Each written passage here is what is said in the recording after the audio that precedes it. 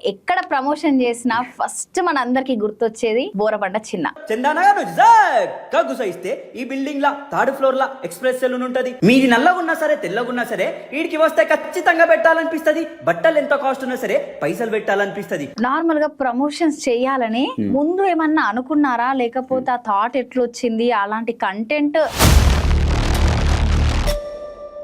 మీ ఇంట్లో అద్దం ముంగటికి ఒకసారి అరిసి చూడు, రాశి చూడు, పలికి చూడు. చూస్తే ప్రొఫెషనల్ గా అనిపిస్తున్నారు, మాటలు మాత్రం.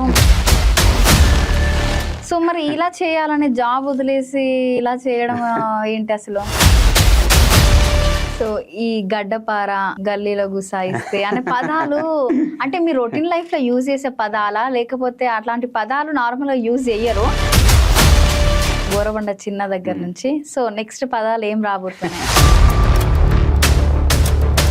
మా పేజ్ని ఫాలో అవ్వండి, మా ఇన్స్టాగ్రామ్లో యాడ్ అవ్వండి, అమౌంట్ వస్తాయి అని కట్టలు కట్టలు చేతులలో పైసలు పట్టుకొని ఏదో యాడ్ లాగా, దాన్ని కూడా ఏదో యాడ్ లాగా వాళ్ళకి ప్రమోషన్ లాగా ఇలాంటివి కూడా చేస్తున్నారు. నాకు పైసలు వచ్చినాయా, చేసినామా, క్లోజ్.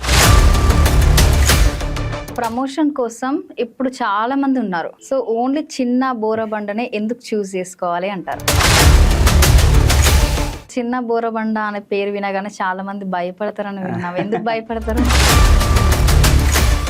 చెప్తున్నా కదా, గడ్డపారే ఒక్కొక్కరికి గులాబ్ జాములు కలుగుతాయి. ఫుల్ ఇంటర్వ్యూ చూడు.